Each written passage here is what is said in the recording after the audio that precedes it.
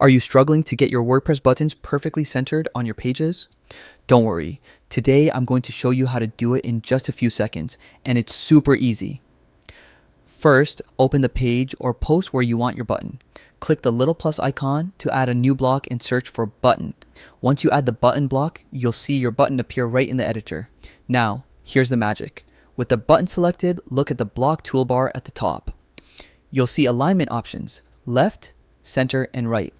Simply click the center alignment icon and your button instantly moves to the middle of your page. That's it. If you want to make it even more eye-catching, you can customize the button color, text, and size in the block settings on the right. This ensures your button not only looks great, but also stands out to your visitors. And if you're using a theme or plugin that overrides default alignment, you can still center your button using a tiny bit of CSS. Just go to the advanced section in the block settings, add this snippet, text, align, center, and your button will be perfectly centered no matter what. Centering your buttons in WordPress doesn't have to be a hassle. With these simple steps, you can make your pages look professional in seconds, keeping your design clean and user-friendly. So go ahead, try it out, and watch how much better your pages look with perfectly centered buttons.